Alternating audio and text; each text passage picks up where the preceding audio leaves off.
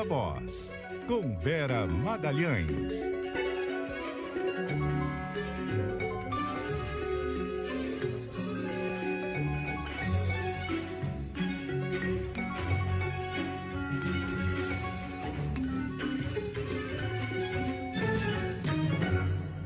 Oi, Vera, tudo bem? Boa noite. Boa noite, Carol. Boa noite a todos. Uma excelente semana, que é meio feriado, meio não feriado para todos nós. Meio carnaval que não é carnaval. Ainda mais no meio dessa guerra, né, Vera? Não tem clima mesmo.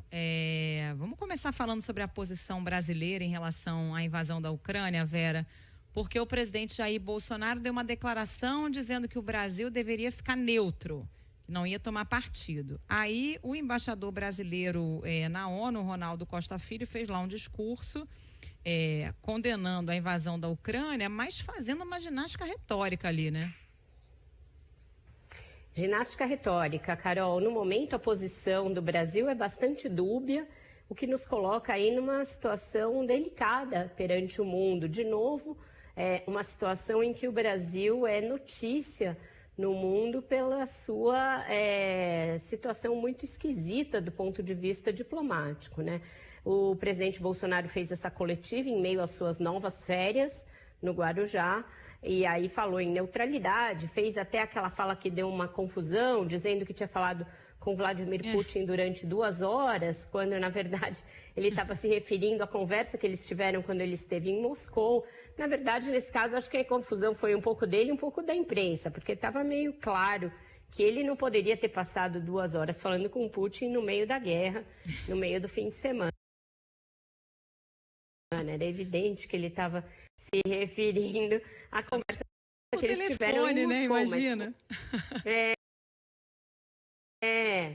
Exato. Por telefone foi uma dedução das pessoas, porque ele falou, conversei recentemente por 2 horas e tal. Foi uma fala muito truncada, mas enfim, ele estava se referindo ainda à sua visita, tentando ainda defender como tendo sido bem sucedida a sua visita a Moscou, dizendo que eles conversaram sobre fertilizantes, como se isso tivesse alguma importância no atual momento, e dizendo que Putin também falou com ele sobre a Ucrânia, mas que aí ele não poderia falar porque se tratava de segredo. A conversa deles, uma coisa meio patética, porque é óbvio que o Putin não falou nada sobre a Ucrânia com ele, não falou, olha, eu vou invadir a Ucrânia daqui a uns dias, mas você guarda aí para você, tá, Jair? Não conta para ninguém e tal. Não teve essa conversa, né? A gente sabe, teve uma conversa provavelmente sobre isso, pauta comercial dos 2 países, fertilizantes, outros assuntos. Mas Bolsonaro ainda sustentando essa neutralidade que outros países do Ocidente, outras democracias liberais não estão sustentando da mesma maneira. Isso gerou hoje uma reclamação por parte do representante da Ucrânia no Brasil. A gente está sem embaixador da Ucrânia no Brasil. Quem é o responsável atualmente pela embaixada é o representante comercial, né? E ele disse que o presidente brasileiro está mal informado a respeito do que está acontecendo, sugeriu que ele falasse com o Zelensky, algo que Bolsonaro estranhamente trata como um tabu, a possibilidade dele conversar com o presidente da Ucrânia, sendo que ele se gaba de ter estado durante 2 horas com Vladimir Putin recentemente. Ontem, quando questionado se ele pretendia fazer algum gesto, conversar com o presidente da Ucrânia, ele, não vou responder essa pergunta, ficou irritado. Hoje, o Anatoly Tkach sugeriu que Bolsonaro fizesse isso, conversasse com o presidente da Ucrânia, mas ele não demonstra essa disposição. E aí que ficamos nessa situação da nossa representação na ONU ficar um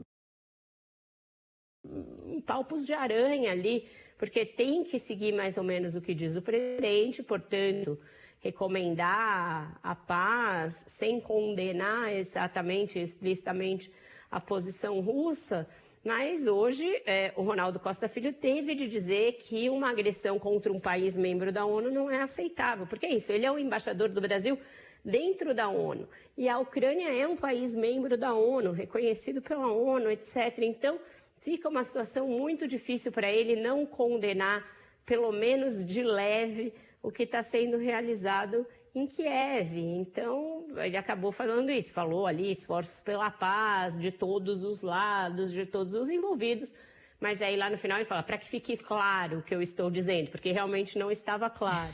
Não é aceitável uma invasão de um país membro. Então, estamos nessa situação, diplomacia meio bagunçada, Carol. Claudicante, né, Vera? A gente fica imaginando a situação, a sinuca de bico dos diplomatas de carreira, né? Que tem todo um histórico da diplomacia brasileira ser super respeitada, e aí tem que fazer um discurso condenando, mas também não melindrando o presidente, então acaba resultando nisso, um discurso que não é claro, é óbvio, né? Porque primeiro passa um pano, diz ali, olha, realmente as demandas russas estão sofrendo descrédito, tem uma preocupação da Rússia com a segurança e tal, e passa esse pano e depois, não, mas não justifica o uso da força. Quer dizer, o que ele está dizendo, na verdade, né? Exatamente. Então, a gente está nessa exata situação que você descobriu. É como se a gente fosse um elefante numa loja de cristais. O encarregado ucraniano disse, olha, até a Suíça, que é um país que tem por tradição ficar neutro em conflitos como esse, já disse que a invasão da Ucrânia é inaceitável e já condenou com veemência essa invasão. Então, o Brasil está descolado até de um país que é conhecido pela sua neutralidade, que é a Suíça. Então, uma situação muito complexa. Isso levou a que o Brasil virasse menção positiva na imprensa oficial russa, que, ademais, está censurando quase tudo a respeito da guerra, censurando postagens, censurando imprensa do resto do mundo, mas Bolsonaro está bem na imprensa russa, recebeu menções elogiosas ali pela sua posição e a gente não consegue entender que tipo de dividendos ele espera ganhar com o Vladimir Putin, porque a situação do Putin vai ficando muito difícil nesse xadrez internacional, né? As sanções se agravaram bastante nos últimos dias, nas últimas horas, inclusive no fim de semana, decisões de apertar o garrote financeiro sobre instituições bancárias, sobre o próprio Banco Central russo. Mesmo no campo militar, a União Europeia discute agregar a Ucrânia aos seus quadros, a Alemanha discute enviar armamento para que eles consigam resistir por mais tempo. Então, o isolamento de Moscou vai aumentando e a gente não entende direito que tipo de crédito Bolsonaro espera ganhar, sendo um dos poucos líderes do Ocidente, de países democráticos do Ocidente, a se aliar a Vladimir Putin nessa cruzada que ele empreende. Hoje houve uma tentativa de dissuasão ali da guerra, primeira vez em que representantes ucranianos e russos sentaram à mesa na fronteira de Belarus e da Ucrânia, mas não houve avanços significativos. Também é uma negociação muito complexa, porque ela acontece diante de duas imposições dos dois lados que o outro não aceita. Do lado ucraniano, o imediato cessar-fogo. E o que a gente viu, na verdade, foi o recrudescimento dos ataques de Moscou a Kiev, a tentativa de cercar de vez a capital ucraniana. E do lado russo, exigem a deposição completa de armas e desmilitarização, e eles falam em desnazificação, uma coisa que não está muito clara, o que eles alegam, né, dessa ligação da Ucrânia com grupos neonazistas e com a ideologia nazista, sendo que o próprio presidente é judeu.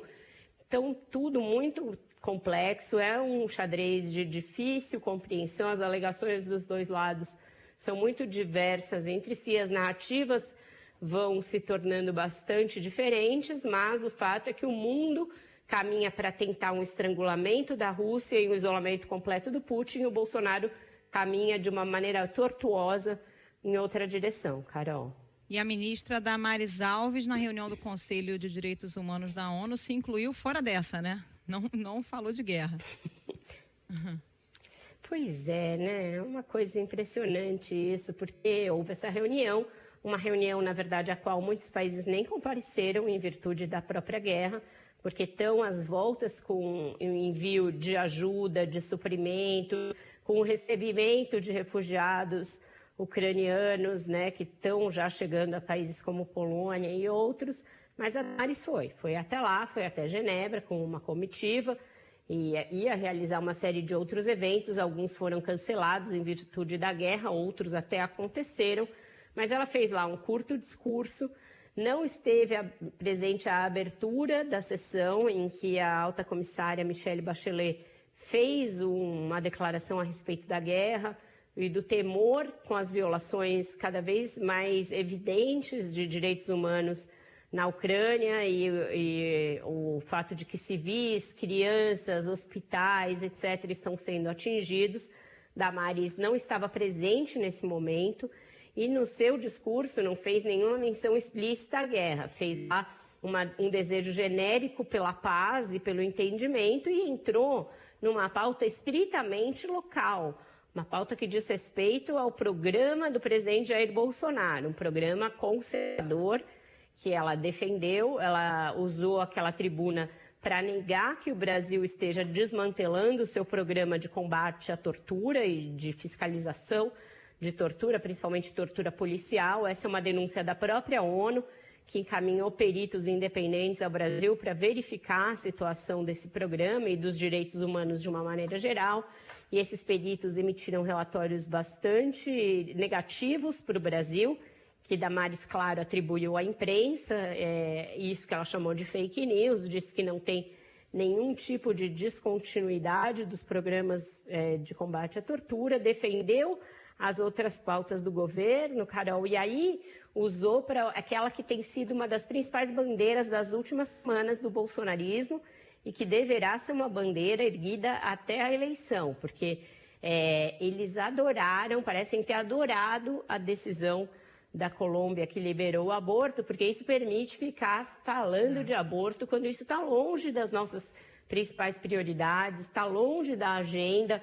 O Brasil tem problemas econômicos, sociais e de direitos humanos, problemas ligados à pandemia, ao pós-Covid, seríssimos, problemas de educação no pós-Covid. Certamente, aborto não está na agenda, a gente não tem nenhuma proposta para liberar aborto até 6 meses no Brasil, como aconteceu na Colômbia. Eles estão usando uma pauta externa, com uma circunstância que não é nossa, ditada pela Suprema Corte colombiana, para dizer, olha o risco que o Brasil corre, nós temos que eleger conservadores para o Supremo Tribunal Federal, porque senão isso pode acontecer no Brasil. Então isso virou do dia para a noite um cavalo de batalha para os bolsonaristas e estão fazendo aí uma cortina de fumaça para 1000 outros problemas, transformando isso numa prioridade do Brasil quando não é.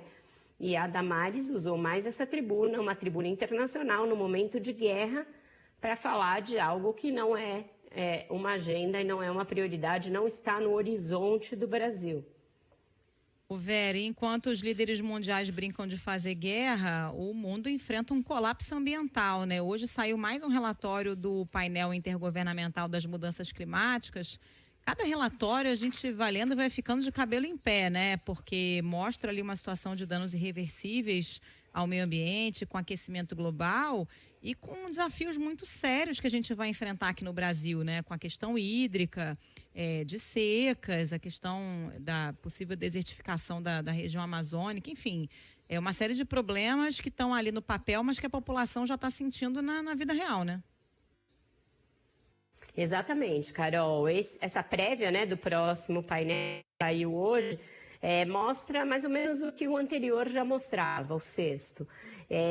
Mostrando, no entanto, que deveria estar sendo feito para mitigar ou para políticas ou de mitigação ou adaptação a essa realidade não está sendo feito, né? Os alertas de emergência total vêm sendo dados, painel a painel, relatório a relatório. A gente vê os países se comprometerem com metas, algumas quais até ambiciosas, para evitar a elevação ainda maior da temperatura do planeta, mas o que esse painel mostra é que, de concreto, não vem sendo feito o que precisaria na velocidade e na amplitude que deveria ser sendo feito para que a gente não sofresse com. Acho que a gente perdeu agora o contato com a Vera. Vamos tentar refazer pelo telefone, já estava oscilando. para a gente continuar a falar sobre esse tema. Ela está falando justamente sobre mais um relatório do IPCC que foi divulgado hoje e que mostra o seguinte, que entre 3 bilhões e 300 mil e 3 bilhões e 600 milhões de pessoas vivem em contextos que são altamente vulneráveis à mudança climática. Então, algo entre 3,3 e 3,6 bilhões de pessoas nesse contexto aí de vulnerabilidade. Né, Vera? Era isso que você estava falando, dos desafios que estão no relatório do IPCC, né?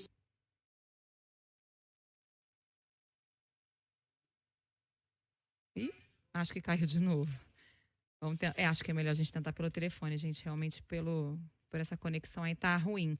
Mas, enfim, continuando aqui falando desse relatório do IPCC, é um número baseado numa revisão científica conduzida por 270 especialistas. Está no relatório do grupo de trabalho 2 do painel, que trata de impactos e vulnerabilidades e também da adaptação a esses desafios.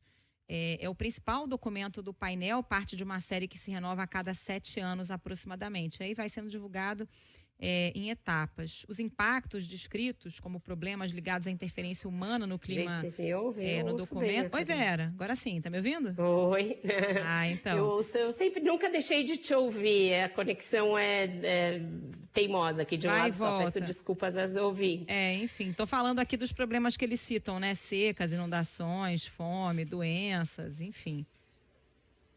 Pois é, e você veja, né, Carol, o contexto que a gente vive, saindo de uma pandemia e também agora com uma guerra que pode se expandir para outras regiões, pode levar aí a ameaça, pelo menos, de uso de armas nucleares, outras armas sujas, algo que nos coloca um novo desafio para a sustentabilidade do planeta. A gente já viveu uma pandemia, agora uma guerra, e essa iminência aí de cada vez maiores catástrofes do ponto de vista climático. Aqui para o Brasil, o relatório mostra que essa situação que a gente viveu em dezembro, janeiro e fevereiro, de chuvas constantes no Nordeste, chuvas constantes na região Sudeste, ela tende a se tornar cada vez mais frequente, com chuvas fortíssimas e, consequentemente, deslizamentos, inundações, essas situações que a gente tem visto com cada vez maior frequência e cada vez maior gravidade aqui no Brasil. Então, é algo para que o Brasil parece estar totalmente despreparado. A cada vez que acontece, a gente tem aí governantes empurrando a bola para o outro, e a gente não vê da parte do governo Bolsonaro a montagem de um comitê permanente sobre mudanças climáticas, a produção de relatórios de como nós estamos nos preparando para isso e como nós estamos nos preparando para cumprir as metas com as quais nós nos comprometemos diante de entidades e diante de conferências como a COP26. Então, assim, estamos totalmente alheios a esse problema. O Brasil parece tratar isso como um não problema, como algo de ficção científica ou algo de um filme que vai passar para as gerações futuras e não uma realidade que já está impregnada no dia a dia de milhões de brasileiros, né? Basta ver que a população de Petrópolis nem tão cedo vai se livrar do que aconteceu agora, com centenas de mortes e com milhares de desabrigados, e a gente não tem um plano de curto, médio e longo prazo para isso. Então, parece que o mundo passou a viver uma sucessão de filmes catástrofes, infelizmente, né? Filme de pandemia, filme de guerra e filme de tragédia climática. Eu estava vendo mais cedo, acho que no jornal Hoje, uma reportagem mostrando uma senhora que teve a casa demolida em Franco da Rocha, porque estava numa área de risco. Aí você tira a família da área de risco, demoliram a casa. Mas não deram nenhuma alternativa. Ela não está recebendo aluguel social, está morando onde? Num barraco em área de risco. Quer dizer, o que adianta, né? Você demole uma casa em área de risco e a pessoa tem que morar num barraco numa condição pior ainda, com parede de madeira. É complicado. Vamos fechar falando desse carnaval sem carnaval, que é carnaval. Não sei como é que está em São Paulo. Aqui no Rio, tá quase vida normal. Assim, não tem os blocos oficiais e tal, mas está cheio de bloco clandestino na rua. As festas privadas estão liberadas, lotadas. Então, não sei se foi muito efetivo esse cancelamento aí da festa, não, Vera. e algumas numa situação pior porque acontecem em locais fechados ou locais de menor possibilidade de você dispersar as pessoas e você fazer com que elas fiquem num distanciamento mínimo, né, Carol? Então eu acho que as prefeituras fizeram o que tinham de fazer diante do aumento dos casos com a Ômicron, mas essa liberação, faz de conta que eu não estou vendo que vocês estão fazendo festa privada, essa é uma parte meio hipócrita da coisa, e aí ficou uma situação em que só a comunidade do samba mesmo, aquela que vive do samba, as escolas de samba, os blocos profissionais, os trabalhadores que recebem a partir do carnaval, esses deixaram de realizar suas atividades, mas o resto está lucrando de alguma maneira com o carnaval. A gente vai ver o que vai acontecer logo em seguida, porque a gente vinha num momento de baixa da média móvel de casos e de mortes, baixa de internações e baixa de óbitos. Esperamos que esse carnaval aí meio acochambrado, que todo mundo finge que não vê, mas que está acontecendo, não leve a que a gente tenha um novo repique do número de casos justamente no momento em que, por exemplo, as universidades voltam, né? Elas voltam agora, depois do não carnaval, e voltam presencialmente, foram as últimas a voltar presencialmente. Então, a gente espera que isso não atrapalhe ainda mais a educação, porque é com certeza a área mais atingida aí, educação de crianças, jovens e também de universitários, muito abalada por 2 anos de para e volta.